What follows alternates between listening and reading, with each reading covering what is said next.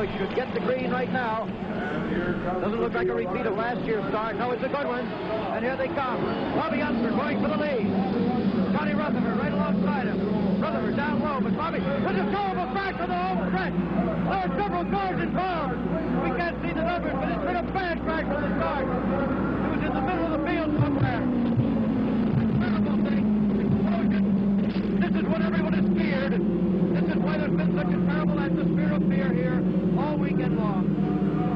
It's a shame there's a driver waving. He might be on fire, that man. The way he's waving, you can't see an alcohol fire. Those explosions are not cars. Those are the bombs overhead that are normally set off during the start of the race. There is a report already that there may be spectators hurt, not confirmed. The wire fence right here on the straightaway was ripped apart. It was very fortunate that a car did not come into the crowd, because one of the standards holding up the wire screen has also been broken in half. Right here at the most crowded part of the grandstand, we almost had an automobile go into the crowd. And it appears definitely that there are spectators injured, but here's a replay of what happened here. He was back in the 6th or 7th row, this car. Conjecture that it might have been Salt Walther, but watch, there's a car going, starting to the right. Right there, and look at this. Incredible explosion, fuel spraying out over the spectators in the first few rows. That could mean real trouble. And then explosion, and like a pinwheel or a garden sprinkler, all the fuel is being sprayed out of the car. That could be a good thing for the driver if he has survived this crash. Car upside down, coming to a rest. Another view of this from a head-on camera. And again, you will see how the cables inside this screen are the only thing to stop this car from flying into the crowd. There, watch now. The screen itself is completely destroyed. The cables flinging him back out on the race course upside down, and again that fuel spraying on the crowd. That's a matter of great concern. And here, that pinwheel effect. The alcohol-based fuel spinning out of the car upside down. Another car, Lee Koonsman, I believe, number 16, barely missing the crash. It's Salt Walther, who is under the car. Terrible, terrible accident on the start at Indianapolis.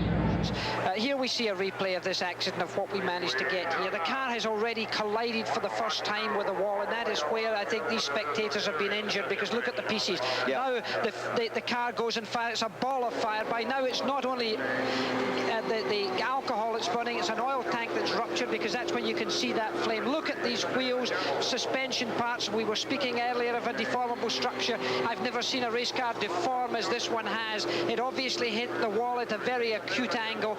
Can you imagine a race driver is in that car right now? All we can do is hope and pray that he is in good condition. He's certainly in good hands. Let us only hope that the good Lord is looking down upon him with where he came out. He hasn't been able to pass anybody. Hasn't really been. And we have a big-time crash on the backstretch. Looks like that it is Davey Hamilton involved, along with Sarah Fisher. Yeah, Davey Hamilton, the yellow and red car that appeared to have a lot of damage. Sarah Fisher's down to the inside. The engine obviously stalled, so I'm going to need somebody to come and get me, but the front of the car just like gets towed in. I had nowhere to go. There was stuff flying everywhere. Yeah, no, I couldn't pick a good line there. Low is about as best as I could see.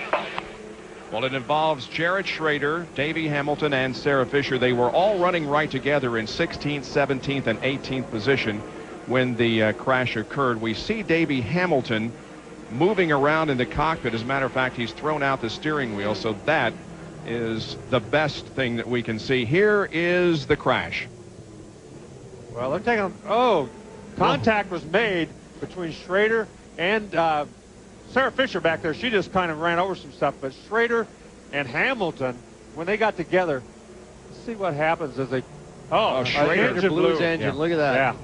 Everybody was a victim of circumstances right there. It wasn't anybody's fault. When that engine let go, Schrader couldn't do anything. Hamilton tried to go to the outside to miss him, but got caught up and into the fence. Boy, he took a ride, Larry. Yes, he did. And you can see that oil was just everywhere. Hamilton just barely clipped him, but boy, he backed into the fence very hard. Almost gets upside down. He hit that wall a ton, and Sarah Fisher just got into the debris. Now, at regular speed, we're on board with Sarah Fisher. Hey, there's a spin, slow down, go low, slow right down. Oh, wow. You're good. Watch out for the back behind and all the bends. You're out of sight. I assume you're okay. Man, oh man, she hit that wheel. Wow, wow, that's scary. That is scary. Loose, and he hit the protective barrier at the end of the pit wall. Now, Bob, I have hit that, and as you can see, it really looks dramatic. But the one good thing, when you see the car impact that, that's a styrofoam barrier. Here we are with the camera right on the edge of that attenuator. Now, that really absorbs a lot of the energy upon impact, but you got to remember, you're still doing over 200 miles an hour. He scrubbed off a lot of speed. You see he's got the brakes locked up right now. He's going in backwards, probably the best thing to do, but look how violent that is. Whips the car around. The driver's being subject to that whipping around inside the cockpit, and then he's inside his cockpit right now. Inside his helmet. Big crash! Major incident. Kenny Brack getting way high up into the fence.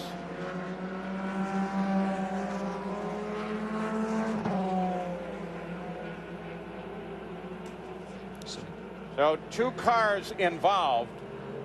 That's Schechter right there. You can see him moving inside the cockpit. His helmet, his steering wheel comes off. Car heavily damaged, but we have one other car right now that is very, very heavily damaged. Now, what will the IRL do? What will the officials decide to do? The debris from Kenny Brack's car, who got way up into the fence. Almost reminds you of an accident Davey Hamilton had here. And that car is torn apart, Paul. That piece you see right there is part of the under tray of the car. You can see by the skid marks right here where the cars are going across right now. The cars were side by side by the looks of it, and then they just take an immediate right-hand turn, so probably had interlocked wheels. The yellow flag flies at the start-finish line. The question now is, with just 12 laps to go in competition, whether or not they will put out the red flag and stop the event, only to restart it. Thomas Schechter, and they get him out of the car. We still wait word on Kenny Brack. As to whether or not this race can be restarted or not. There is the scene around Kenny Brack as the medical personnel from the Indy Racing League work over him and try to stabilize him. Here is the replay of what happened. Brack on the high side of Thomas Schechter down the backstretch. At the end of the backstretch, there's the contact, and Brack's car up into the wall, virtually splitting in half. And here is the shot now from the end of the backstretch. It's a crash very reminiscent of Davey Hamilton's accident here a few years ago, in which he sustained very severe leg damage. The catch fence keeping the car contained inside the racetrack, but still resulting in a lot of damage to the car. Hopefully no, at least life-threatening injuries too. They come into 3, Scotty. Actually, you can see on the very underside, what a ride that was. Remember we had last year with Buddy Rice getting airborne coming out of turn 2 when they touched wheels. And here's the situation. Briscoe going underneath. Barron trying to come down on the racetrack. They both are going for the same piece of real estate. And what ends up happening is those rubber tires touch, and then all of a sudden the car starts to go in the air. Remember, we're going 215 miles an hour. Look at all the debris that's going all around the racetrack. This will be a long cleanup time. And there's the engine separated from both the transmission and the monocoque where the driver... Now looking straight ahead, you can see the cars just starting to come together. A little bit of rub, smoke coming off the tires when they touch. And then all of a sudden, as we're riding on board Scott Dixon's car, he sees this. He was actually a spectator in the crash just last year. Now watch those left side wheels. Those are down on the flat underneath the white line. He did a great job keeping that car straight with 2 wheels on the... This is the kink. Now she's back. She's already around, and she hits the wall with phenomenal force. The car flies up in the air, catches the fence a bit. The motor breaks off as she comes back down, and the tub continues to go.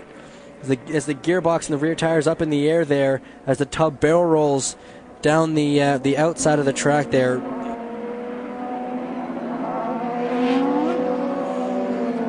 Well, if you don't want to see it, look away. But here's what happened yesterday. This is the first one with Nelson Philippe getting off course, and this is the second one. Nelson is watching as well. Nelson, you might want to look away for this one. EJ Viso wasn't using all the track, but look at that. Full throttle up over the top of the hill. The yellow lights, the yellow flag was out, but he was already committed. And look at that damage. Will, we're glad. I know moving inside the car. He's going on the inside of Ryan Hunter-Reay. This reminds me almost of Dan Weldon's crash here in turn 3 and 4 quite a few years ago, and the car is up into the fence, which is almost reminiscent of Kenny Brack's accident at Texas quite a few years ago, guys. Very, very lucky. You know, he was incredibly lucky that he did not go head into that fence. That is a horrible impact. Wow. All right, let's go on board from Elio Castroneves' point of view. You can see Mike was trying for some reason to go on the inside. Wow, he almost collected Anna Beatrice. Now from Ryan Hunter-Reay's car. So you can see that he got hit on the inside and up over the top, and you can see Ryan Hunter-Reay moving his hands, and he looks up in front of him and he goes, my gosh, I can't believe that. Oh, wow. Oh, so close.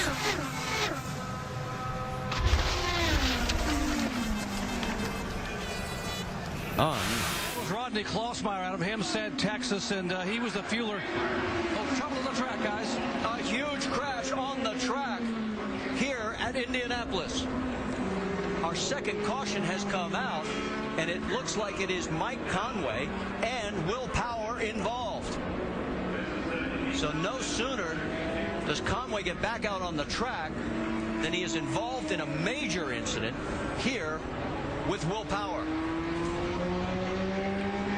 So Power, who had a 3-race win streak here on the series and hoping to get his first Indianapolis 500 win, is not going to have it happen tonight. And there's the marbles on the outside there. Sato gets loose. Oh no. Oh my goodness. That is a horrifying ride for Dario Franchitti. Oh man, that is an oval crash we've seen before, and we hate to see that kind of impact. Just Sato. Oh boy! Look at the debris go through. Oh boy! And oh, fencing. Yeah, it does look like there might be some debris into the grandstands as well. That is a violent impact. Fortunately, the fence kept the car in the racetrack. This is Graham Rahal arriving on the scene. Full course yellow, full course yellow. Did you get through there? So Sato gets loose, and Dario's got nowhere to go. That is a thundering blow. Yeah.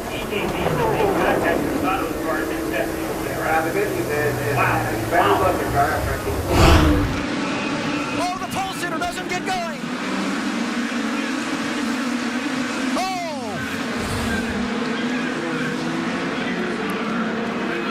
There is not a worse place to stall than at the start of a race. I hope they're okay. Visor is up, telling everybody that he's okay. Steering wheel is coming off. Talked about the pressure of sitting on the front row here at Indianapolis. Saavedra is in it. He was hit by Mikhail Aloshin in the 7. That is Aloshin being attended to there. Juan Pablo Montoya crashed further back up the track into the outside wall. His car is sitting there up against the outside wall as well. Power when I saw that 2 years ago in turn number 2. Ideally, I think you'd like to be low, in particular going into... Oh, we have a huge crash here on the track right now. It looks like Mikhail Aloshin. I'll have to look up who it is.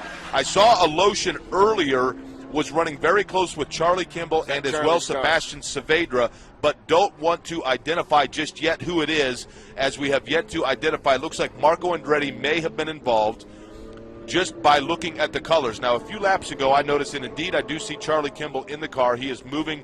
That is good news. But I did see, and he gives 2 thumbs up, does Charlie Kimball. Charlie Kimball gave 2 thumbs up in that 83 machine. I saw earlier that we saw Sebastian Saavedra running with those, but this is going to be Mikhail Aloshin, also Charlie Kimball. Jack Hawksworth is involved as well. Ontario's James Hinchcliffe was taken to hospital and underwent emergency surgery on his upper left thigh following a crash during an Indianapolis 500 practice run today. Hinchcliffe had just posted a lap speed of 221 miles per hour when an apparent failure to his front right suspension sent him slamming into the wall on corner 3. After the crash, the 4-time IndyCar winner was awake when taken by ambulance to local hospital. The accident comes just a day after IndyCar sanctioned reduced speeds and increased downforce after having 3 drivers slip their cars within the last week. IndyCar temporarily shut down the track to conduct an investigation. Better pay off with us staying out longer than everyone else. They talked about a wing adjustment. They vetoed that wing adjustment and a crash on the track. Huge crash on the front straightaway. Looks like Connor Daly and I believe Josef Newgarden. Big hit coming into the tri-oval. See Josef Newgarden moving in the car. That is a big relief. That was in the kink coming to the start-finish line. Understand that both are talking on the radio, and that is good. There's Connor Daly in his car, massive damage. You see Josef Newgarden in his, talking to the safety workers when they got there. We never like to see a car go cockpit first into the wall like that. That is terrible. Any changes this time? The car has been good. He's out behind. And while he's leaving, we're having to. Oh, there's a big change on the front for Newgarden. And look out! Huge crash on pit lane. That's Rossi, Kimball, Castroneves. And one car was in the air, well on top of the other. Alexander Rossi, the Indianapolis 500 champ, had run up front here, had been leading here. A problem. Castroneves involved, Charlie Kimball involved, and I don't know if Kimball's car is damaged or not. Castroneves out of his number 3. And Kimball, I can see, desperately waving for his crew to come get him. He probably is stalled, but he thinks his car's all right to get restarted. And I can tell you, Townsend, it's still running. That's why he wants to get pushed back, because of the 3 cars, Kimball's car is still fired up. Where do you see the altitude one of these cars got? Oh, I just saw it in the corner of my eye. There was one literally on top of the other. Caution is out. Take a look. Top of the screen, you see Rossi coming out of his pit stall. He gets together with Kimball. Oh! What a terrifying moment for Helio Castroneves. The left front wheel, the suspension coming in and over the cockpit. This is 2 races in a row. We saw this problem with Aloshin and Newgarden at Mid-Ohio. And it's, you know, your race leader, God, I know the feeling. I'm feeling like I'm in Indianapolis again, where you really can't see anything. You rely on your team to give you air traffic control as Kanan negotiates the carnage. Pit lane's so wide, though, here, Robin. It's not like Indianapolis. There's a lot of room. Large teams. And that is the fastest first lap, the fastest 2 laps that we have seen by a big distance. Both in the 231s, the first driver to put any lap in the 231. So far, trouble! Oh, what a crash! What a terrible crash! Up and over, car flipped. Came back, up and over. That was a hard hit. He's fine. Oh, wow. That just shows you what happens when these cars come unglued to the track.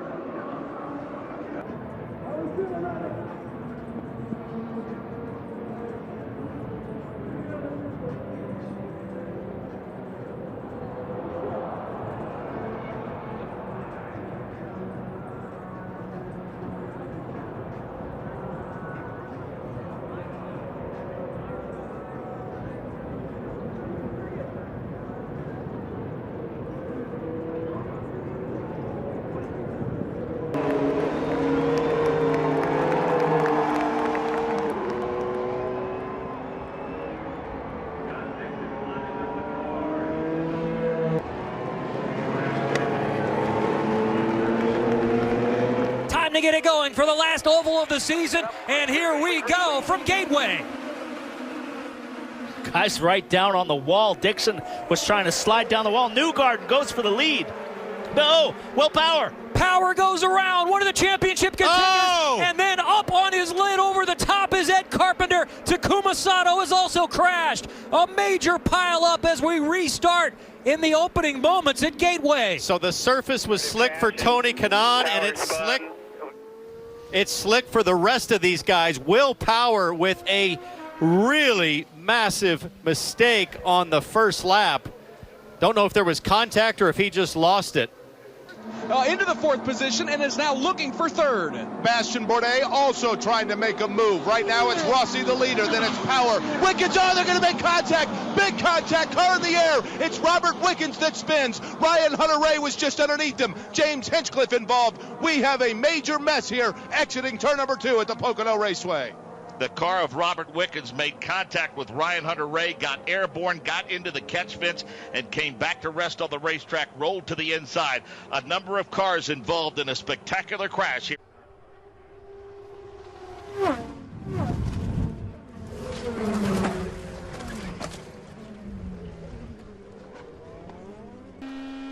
Here comes the red machine from Schmidt-Peterson Motorsports, Robert Wickens.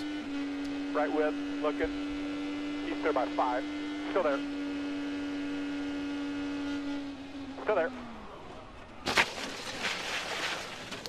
Doesn't take much at all. It was a very, very light. Shows his speed right away. But Alexander Rossi pretty well smoked on the front straightaway. Now Ryan Hunter-Reay is to the inside. Huge crash. Hunter-Reay, Sato. Oh no, and Rossi is in it. A lot of cars. Up in the fence is Rosenquist. This is disastrous for Rossi in the championship. His teammate was involved like he was last year Sato. In turn 2. Sato's involved. Car down. upside down. Sato's car on fire too. So Ryan Hunter-Reay for the second year is involved in a really scary crash. Takuma Sato is upside down and that car is on fire. This is Felix Rosenquist. His race is done. Rosenquist was up on top of the guardrail. All attention right now going to Sato's car. He got tangled with Hunter-Reay. Hunter-Reay's out. He's okay. He's going to run over and see if he can.